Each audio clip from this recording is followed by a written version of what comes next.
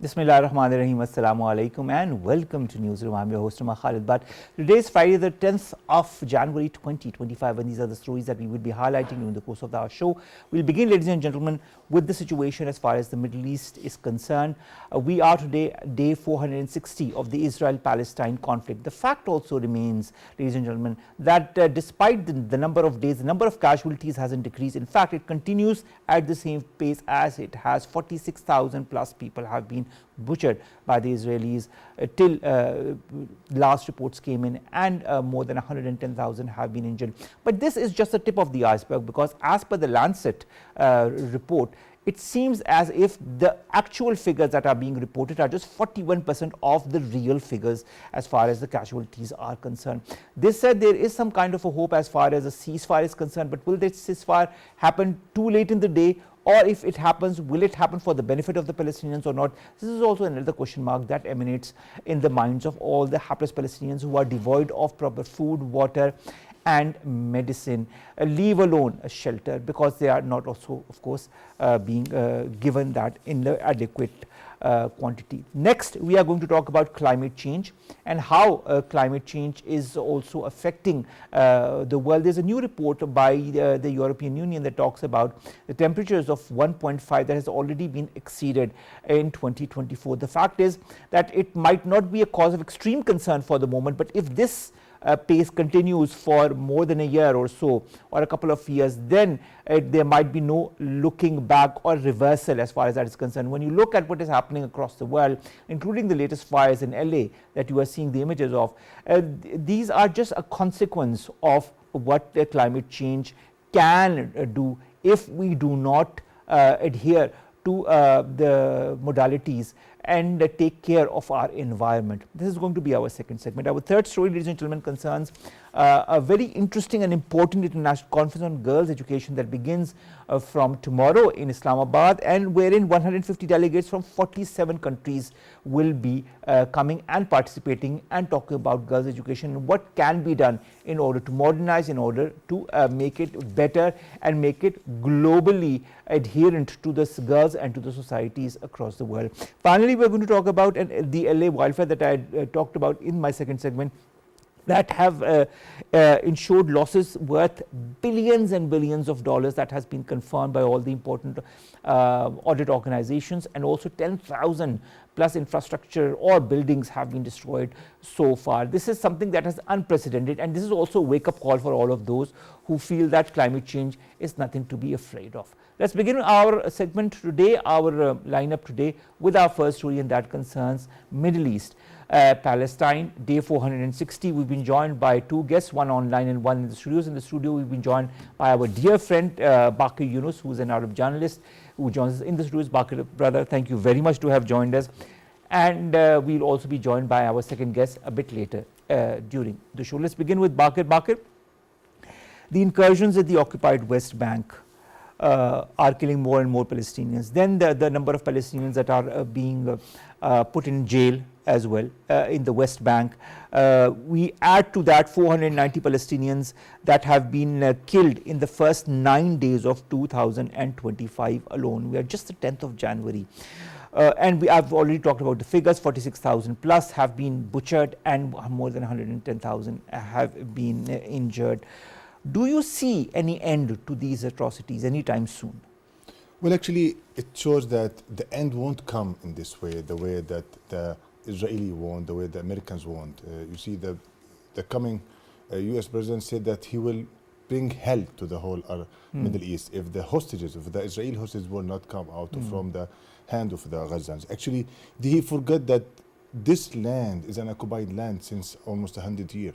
We are facing an occupiers who want to give a legal situation for him. He want to be legalized. He want us to accept him on our land, on our home. He want us to accept the killing he did, the massacres he did, and say yes, it was his right, it was his historical right. So then we have to leave the land for him. We have to give them what they want. This won't happen. See, this shows that the only end of all the situation is one thing: end of occupation. And a punishment for those people who actually allow these occupiers to do all this. See, the homes the lives which have gone, it won't go like this. There will be, this life have a time, when judgment will come. All those people will be judged. You see, just thinking of killing, destroying, do what you want, think that this is that the whole world is under your control because you are strong now, that won't happen. Till we see there is a fighter from Gaza who's fighting back. We see fighters not only in Gaza, in Palestine, in the West Bank. People won't accept those occupiers, won't let them go like this. Tomorrow or whenever time will come, all those people will be judged, all those killers will be taken to the court of justice. It may not be the same court of justice, the International Court of Justice, it may not be the court of justice here and there, but this life is a just life. We believe in this, and we believe Allah subhanahu wa ta'ala will not let all these lives, all this destruction happens only with no punishment back for those killers who actually have done this. And they are doing it not only from 7th of October as they claim, it was because of Hamas. No, they have done it because they are actually a killer. They have it in their psychology. They have it since they occupied Palestine in 1948. All right, the Israeli Defense Minister Katz also says that he has told the army to present a plan for the complete defeat of Hamas in Gaza in case a captives deal is not agreed upon, and this is the deal that is going on as we speak in Qatar between the two sides. Let's begin with the peace deal. What kind of expectations do you have? See, peace deal means what? It means a demand from the Hamas, who have said that we want 3-4 demands. One of them that complete withdrawal of the Israeli army from Gaza, allowing all the rebuilding of Gaza, allowing medicine to come in, food to come into Gaza, allowing also fuel to come in. So this is the demands of the Palestinian side. The Israeli side have this demand. They want to stay in Gaza and they want the release of the hostages, as they claim that they are the hostages. Now, the point is this: what we expect, we want two things actually. The ceasefire which have to come have to not only to allow people to have their food or to have their, it have to give the people the freedom of movement in Gaza, a freedom of rebuilding their own places. The Israeli says no, the north of Gaza have to come now in their hand, and the south of Gaza have to have this, and the middle of Gaza have to see. They will not give us the freedom which we think. They have already occupied the whole Palestine, so it is just a period of time. Of course, a ceasefire is something very fruitful actually. At least will save more lives of people. But still, we are dealing with a killer. A killer, I don't think they will even respect this kind of ceasefire or a deal, whatever a deal comes, because they have it in their mind that they have to, as they say, to finish the Gaza. And they want the whole Gaza. They want the whole country. They want the whole Palestine. And a few days ago, they have announced in their official website they want parts of Jordan. They want parts of Lebanon. Yes. They want parts of Egypt. They want parts of Saudi Arabia. So they have the greater Israel in their mind, which means that they have a bigger plan. And yes, of course, in this bigger plan, there will be more killing of the civilian people. Speaking of the plan, let's talk about this map that has been condemned by Jordan and Qatar both officially, which talks about this, including different parts of other countries as well as far as part of what they call Greater Israel. What do you feel Israel plans to do in the coming months as far as this very map is concerned? Was this a mistake from their end? Was this deliberate from their end? If it's deliberate from their end, what will happen in the next year or two as far as these very neighboring countries are concerned, which have been included as part of Israel? Of course, it happened deliberately. It's not a mistake by them. See, according to their religion, to the Jewish religion, that they have a bigger Israel. Bigger Israel means what? Mean a land that they call it a holy land for their own. So it's according to the Jewish teachings. You have to understand one thing. This is not a today plan. This plan is years ago. So they are working on it. All right. For them, this won't stop until the other countries, as you say, the surrounding countries understand that this is a danger coming to them and they have to move. Now see, people in Gaza, people in Palestine are trying their best to not only to free Palestine, but only to free also the other countries. Because if those Gazan people fails, other countries, borders of other countries are in danger. See what they are saying about Jordan, Lebanon, Syria. So everybody's in danger. Why? Because of them only. It's not because of, as they claim, it's because of the Palestinian terrorists. We were not ever a terrorist. People who's fighting for the freedom of their land, they are not terrorists. They are the fighters for their right, fighters for their freedom. So what is happening now, it's a fight that we are doing in order to get back our land to have our freedom. Amnesty International criticizes, condemns the US House of Representatives for voting to impose sanctions on the International Criminal Court officials over issuing war crimes arrest warrants for the Israeli leaders. We all know what happened. This is something that has happened a bit in the past, but now the US House of Representatives has voted to impose sanctions on these officials who have issued these warrants on the Israeli leaders. How do you see this story developing as well? We also, I'd like to add to that, that Israeli soldiers in different countries have also are being stopped, are being tried in different courts. At least the efforts are going on because of the efforts of Hind Rajab Foundation. Coupling the two, what do you foresee on this front? Do you feel that the countries where the ICC jurisdiction applies will arrest the Israeli leaders if they come on their soil? Secondly, do you feel more and more Israeli soldiers who are vacationing in parts of the world where these ICC and ICJ restrictions apply as well will also be tried? See, this have to happen. See, the world system is there. So there is a just system here and there. People won't accept always a killer to come to their land, kill the Palestinians, kids, children, come down, have vacation in their land. So it is something against the human, mentality, against the humanity. So I think countries have to work in this way, have to work in this direction. Otherwise, see, killers can move everywhere. Which kind of life it is? Which kind of, you have seen, it's life everywhere. We on the TV channel that the Israeli are killing women, killing children, destroying houses, destroying hospitals, destroying schools, and then those soldiers are having vacation in your country. How you will move? I mean, if you accept this today, which kind of future situation will you have in your country? There are different members of the cabinet of the incoming president of the United States that have echoed the same sentiments as Donald Trump. We've got Senator Marco Rubio, who has declared that he opposed the ceasefire in Gaza and believed Israel should destroy every element of Hamas.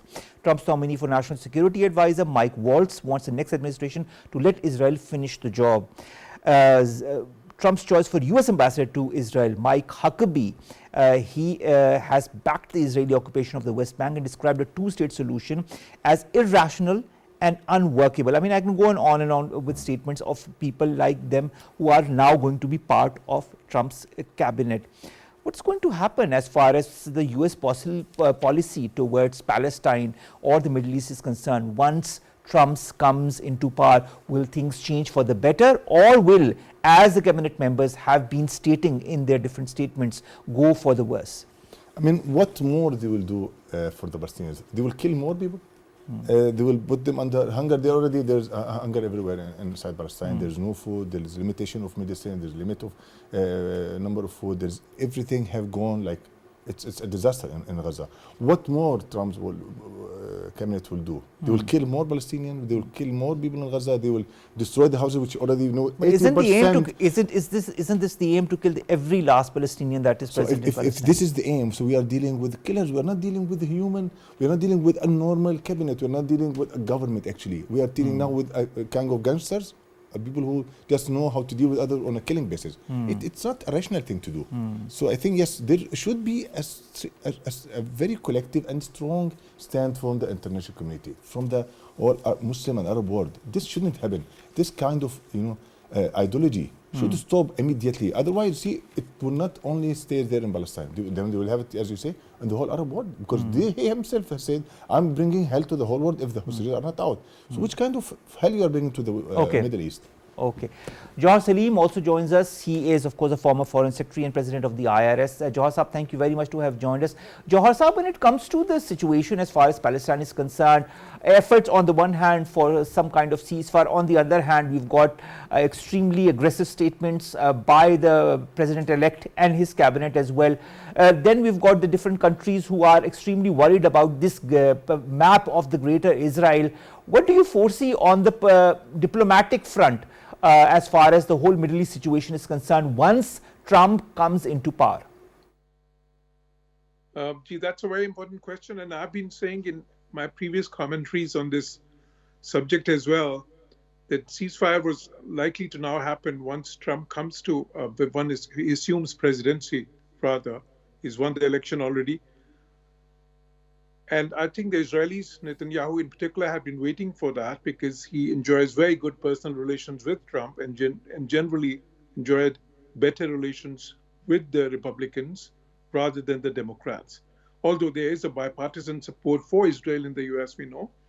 But as I've said in my previous comments as well, uh, for the Republicans, Israel's, not just Israel's security, but also the extent to which Republicans can go to support Israel is far greater than what the Democrats were prepared to. So probably the ceasefire would take place now after Trump is inaugurated, but that will be mostly on Israel's term. And whatever happens after that in that region will be again mostly on Israel's terms. And that's ironical because, you know, in this election, the Democrats partly lost because a lot of people in the US were unhappy with them, the Arab Americans, the Muslim Americans, particularly in those states like the Michigan and Pennsylvania and Wisconsin. Those were the three states which decided the presidency this time. And in those three states, it was the Muslim and Arab American voters and the young and the liberals and the women voters who were very concerned or alarmed rather about the situation unfolding in Gaza and Palestine in general. So now that the Republicans assume power, we'll see a situation whereby Israel would be probably the biggest beneficiary of this change in the US. So what I see is a ceasefire, hopefully in the coming weeks or months, but on Israel's terms, in terms very favorable to Israel, number one. Number two, so far as the rest of the neighbors of Israel are concerned, I think Israel will now be in a position to dictate its terms.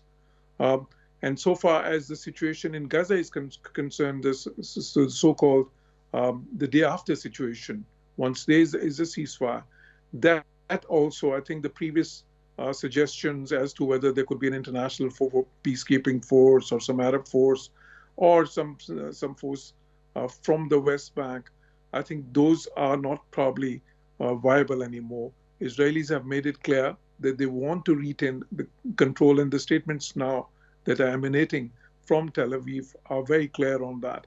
So it's very evident now that Israelis will retain the control, and they will. And I've been saying it previously as well, that the Israelis will make sure that Hamas has no control over Gaza, and that unfortunately or fortunately, like depending upon whose perspective, who's speaking for in that region, is now very likely to happen. Last question to you, Ambassador Jauhar. Saleem, I'd like to understand this recent decision by the Biden administration to approve $8 billion worth of arms sale to Israel adds to the other billions of dollars of arms sale that has happened in the last couple of months as well. Although there is a certain opposition from Bernie Sanders, for example, or some other organizations, but the opposition is mostly very toned down, to say the least. What do you foresee once Trump comes into power? Do you foresee also more and more of such arms sales happening to Israel, or will there be a decrease somehow? No, I envisage a continuity of such arms sales. I think Bernie Sanders can oppose partly because he's Jewish, and the liberal Jewish only they have the space in America to bluntly oppose such measures. Generally, other politicians do not really have the space for that. But now his opposition doesn't really matter that much. I think Republicans Party and Trump, President Trump in particular, would be very prone to keep supplying the defense and armaments, whatever equipments Israel needs. And not only that, but also I think in terms of monetary assistance as well, because Israel relies upon that a great deal as well. So I'd see a continuity of that, number one. Secondly, I'd see even an enhanced political support by the US to Israel on many of the sort of, positions that it will take regionally, so far as its neighbors are concerned, and not just that, but also in terms of the two-state solution idea. As you would recall, President Biden tried a few months ago um, to revive that plan in a sort of, in what he called a grand reconciliation, where he wanted to involve the Saudis and others, and in a grand reconciliation whereby they would recognize and Israel and establish diplomatic relations, but in exchange for some sort of a path to statehood. Now, I don't really see the possibility of that very bright anymore. I think whatever happens from now onwards would be more in terms of what the Israeli leadership wants there. All right, all right. Bakir, coming to you, OCHA, which is an organization of the UN, talks about a desperate situation as far as Palestine is concerned. 369 aid workers killed, 19,000 of 220,000 cold weather clothing kits have been distributed in Gaza, but they are facing severe challenges. Israeli authorities have refused 149 of 165 attempts by the UN to reach the north of Gaza to distribute the food, water and essential items. Lives of patients and newborns are at grave risk. 8 children have died of hypothermia because of the cold weather. Will the UN be able to have some kind of impact in the coming days as far as helping the people in Palestine is concerned, or will the pressure by Israel continue? See, I think the UN have to work, otherwise there is, what is the point of having the United Nations? I mean, this organization works in these situations. If it fails, then what's the use of it? This is number one. Number two, see, as a Palestinian or as an Arab, they will not ever rely, they never relied and they're not relying on the United Nations. See, the people are still somehow surviving in the north of Gaza. They have their own plans, they have their own thoughts, and they are actually working in a way that they have to depend on themselves now. They know that, yes, they are facing the Israelis, they are facing the kind of hopelessness from the international law, from the United Nations, because it's not only the Israelis have stopped them actually. The United Nations themselves, they haven't stopped even the Israelis from doing such situations. They should have taken some measures. They haven't taken any measures.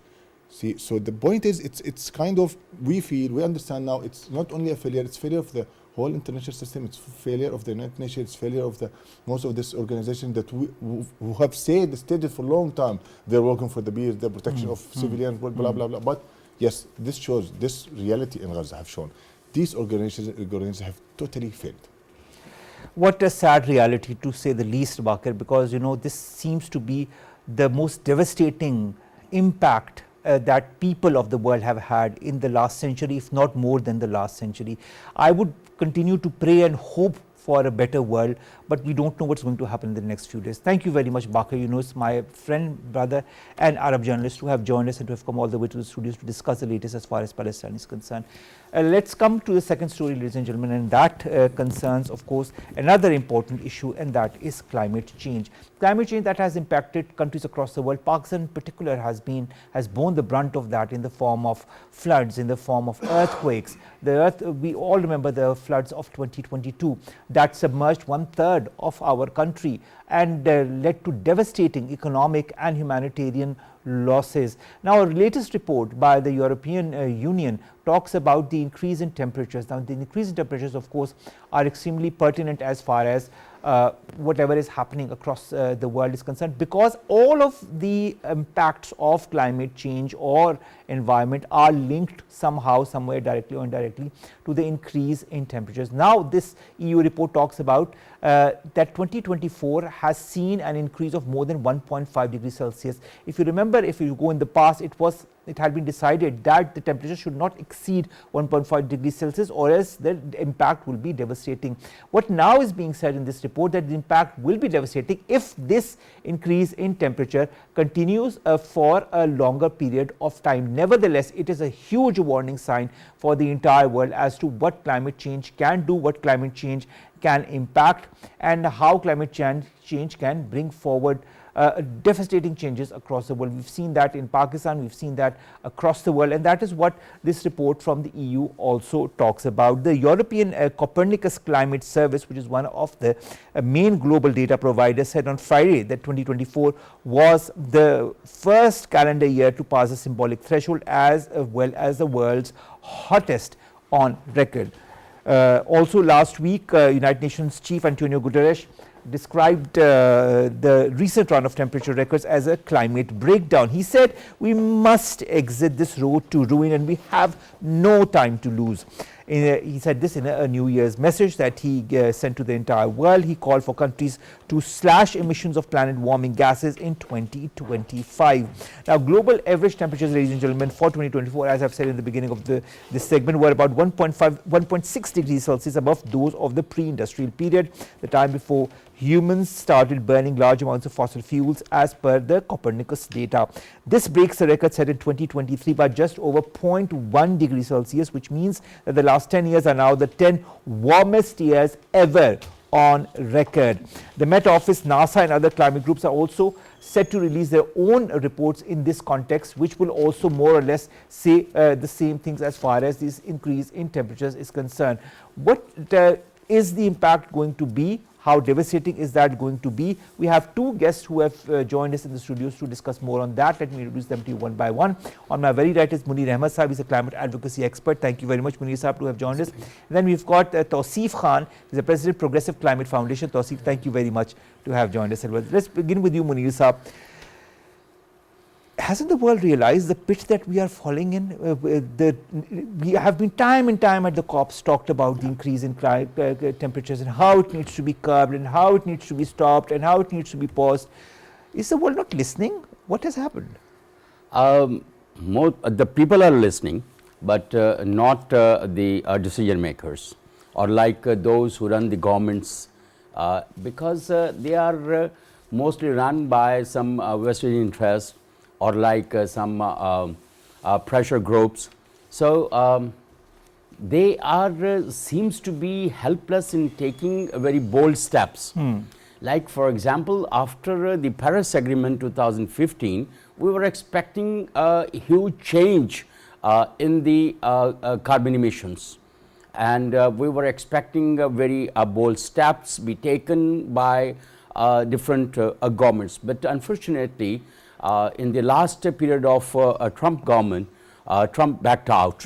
And once the America backed out, it means that the entire American bloc, those who are with the America, they also like slow down their steps, and also like most of the countries, they were reluctant to take any steps. So that was a once again huge gap between the what they agreed in Paris Agreement and what were their the measures they took. So the political commitment needs to be revived. Okay. And I believe like here the civil society and the environmental groups and the human rights groups, they need to proactively engage decision makers and governments once again. Haven't they been able to so far? Not, of course not. And even the last COP was not, it didn't deliver what we were expecting in the absence of 13 major carbon emitters. Okay. Okay. Tawseef, coming to you, in your point of view, why does keeping global warming to 1.5 degrees Celsius matter? Why is there such a hue and cry? For all those who do not understand, would you kindly explain? Yeah, sure. Keeping the global warming to 1.5 degrees is very much important because it will help us to prevent the worst impact of climate change. The world is hotter every year. If we would not take some steps today, the extreme weather events will be making more, and we will see more extreme weathers floods and loss of biodiversity. So it's really important that we must keep 1.5 degree. So that's why. All right. Munir Saab, we've seen many such events in 2024, and I'd like to highlight that for the audience and those who do not believe much in climate change. Blistering temperatures in West Africa, prolonged droughts in parts of South America, intense rainfall in Central Europe. I'm just talking of 2024. Some particular strong tropical storms that hit North America and South Asia, and now what is happening in LA as we speak, the forest fires. Yeah. These are all a direct or indirect result of the increase in temperatures, because that is what had been predicted. A little increase in temperature is going to lead to more and more such devastating events. In your point of view, how can we stop further increase in temperatures before it's too late? What measures need to be taken? First of all, like the industrial countries need to understand. And if some commitment comes from the governments, they can ask their industries to curtail their carbon emissions. This is the very first thing that we have been propagating for many years and maybe 2 decades, that they need to curtail their carbon emissions. Secondly, we need to build the capacity of the communities and the people. We need to make them aware of the consequences and how they can prevent themselves.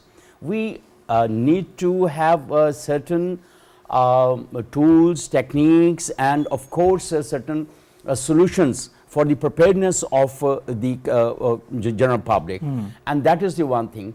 And I don't know, like what I think we need to invent a virus.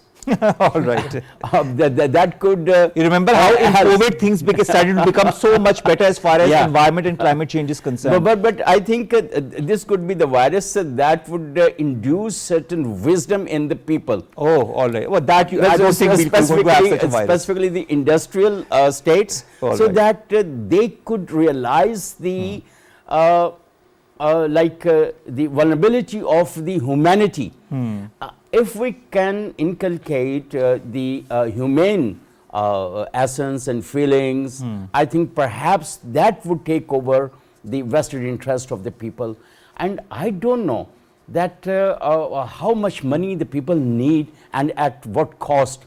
And we are at the verge of collapse. Exactly. Even if we go through the IPCC report, and there we are less than 5 years now, maybe 4.5 years to reverse the entire global impact that we are facing at the moment. After 4 years, if we do not take solid measures on ground immediately, urgently, 4 years after or 4.5 years after, we will not be able to curtail it or even to limit. But still, we are at 1.5, 1.6. We have crossed the limit, but still there is the chance to limit it. If we, if we do not take certain measures today for adaptation, for mitigation things, I believe then it will be out of our hands, and the entire humanity will suffer. As it is suffering as we speak. Tawseef, experts say that if we keep burning coal, oil and gas unabated, the temperatures might increase from between 3 to 4 degrees Celsius. That is what we need to avoid as much as possible. But it's not just air temperatures that are increasing, even the temperatures in the oceans, in the seas are increasing as well. And various theories have come up. They say a reduction in low-level cloud cover that tends to cool the planet, prolonged ocean heat following the end of El Nino as well. Can we take these measures? Do you feel that humanity as a whole, I'm not talking as humanity, but as Munir pointed out, decision makers are willing to take these important measures in the coming years, or are they going to continue burning coal, oil and gas, and that will lead to an increase of 3 to 4 degrees Celsius, and that is going to be devastating for the world? as the UN General Secretary talk about the climate breakdown, so it reflects the urgency of the situation. So there is a need of immediate actions, and the world leaders are just talking about, but not taking the immediate step that we need, that as we don't have time to for talking on the COPs or in the climate conferences. There is a need of immediate action, and for that we must take the voices of the indigenous and the marginalized community to be heard at the climate conferences, in which a localized action must be put on the policies to take action on their points, so we can take climate action as a top priority. All right. But the many people take the climate change as a short term. Many people take it as a economic gain, but they didn't focus on the short term. But climate is a long term thing. Exactly. And for And the actions need to be long term as well. Long term. But many people take only the short term because of the economic gains. All right. But we need long term solution for climate sustainability. Well, long term solutions are needed for climate sustainability, and that is why COPs have been have originated, and that because the countries of the world get together and think about solutions that could be proactive and could lead to this climate change and the effects of climate change diminishing. Now, let's talk about Pakistan's case. How can we in Pakistan rethink our approach towards climate action? I'd like to refer to what Syed Rehman Sahiba said recently when she criticized the outcomes of COP29. And she, while speaking at one of the fora, she called for urgent recalibration of the climate agenda, warning that the world was far off track from its climate goal. Can Pakistan contribute to this recalibration of the climate agenda?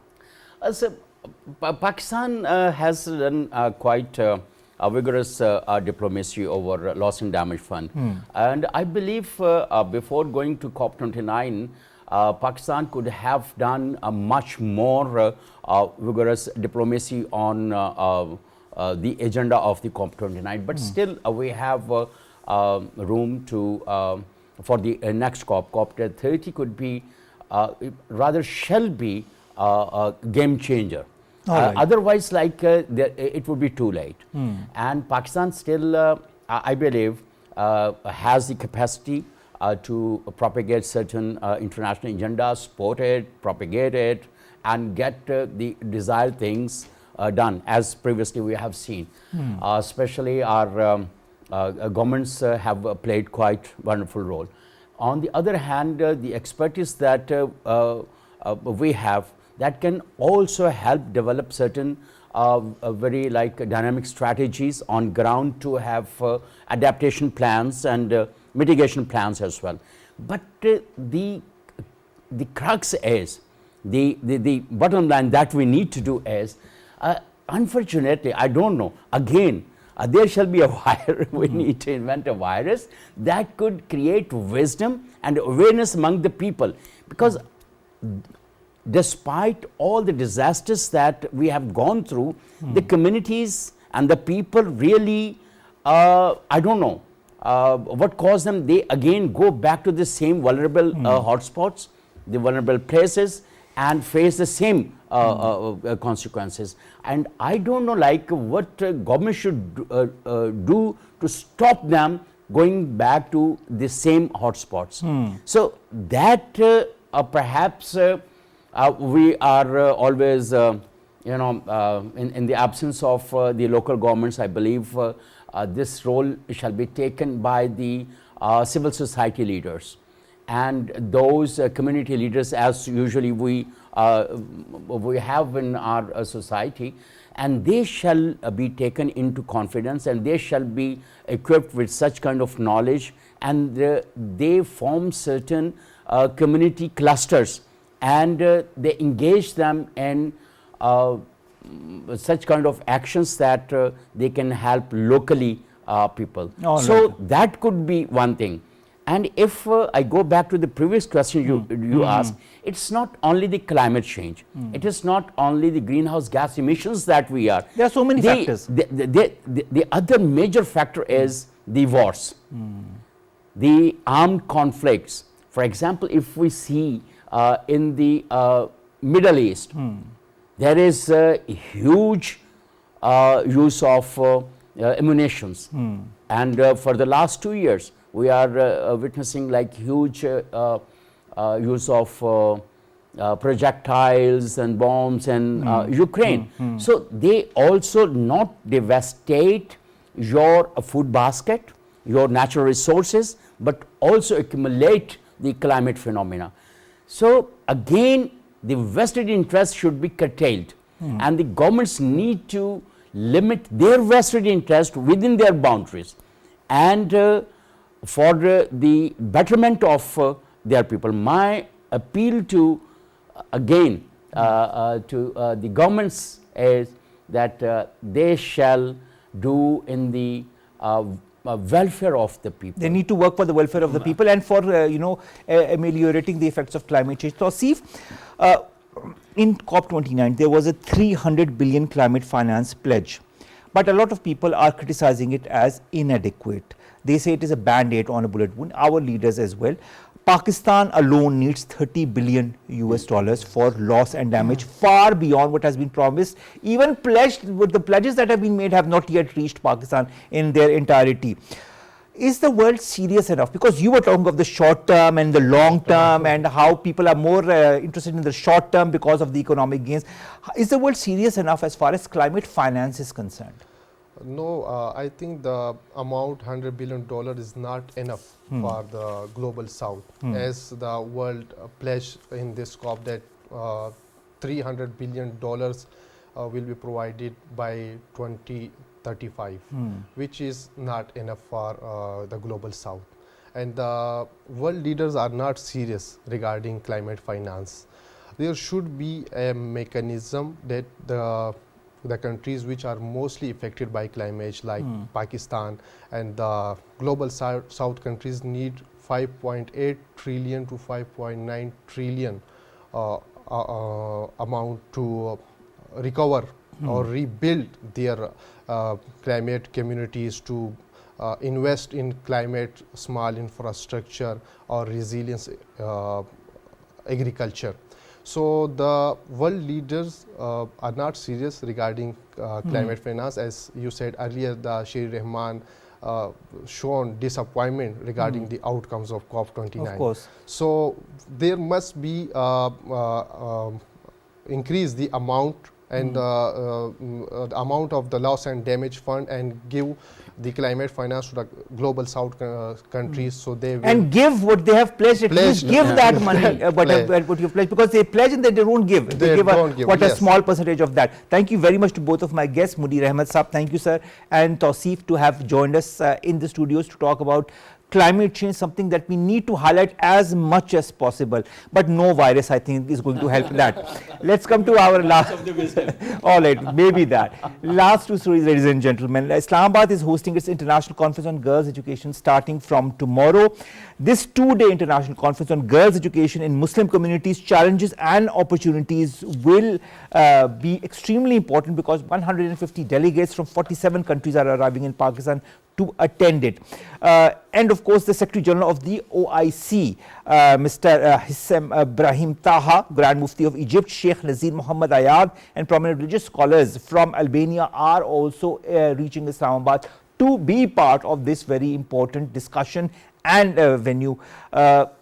We look forward to all the decisions that will be taken in this two-day moot, because we also are very interested in what these leaders have to say on girls' education. Finally, the Los Angeles wildfires, we've talked about it in our second segment, have incurred losses totaling billions billions and billions of dollars. Some say 8 billion, some say even more. 10,000 buildings have been destroyed so far as we speak. Pacific Palisades, Eaton, Hearst and other LA neighborhoods have been destroyed partly or completely, and that is what they say, $8 billion of losses. And we don't know if the fire is not stopped or not contained in the next few hours or few days, what the losses will be. That is why we highlight time and again for the world to get united and work on the effects of climate change, mitigate climate change before it's too late, mitigate it before we see more of such wildfires in the US and in other parts of the world. With that, ladies and gentlemen, we come to an end of today's newsroom. Today is a Friday, so of course, long weekend awaits all of you and myself as well. We'll see you inshallah on Monday with new stories segments that pertain to us, you in Pakistan. Have a wonderful weekend. Allah Hafiz.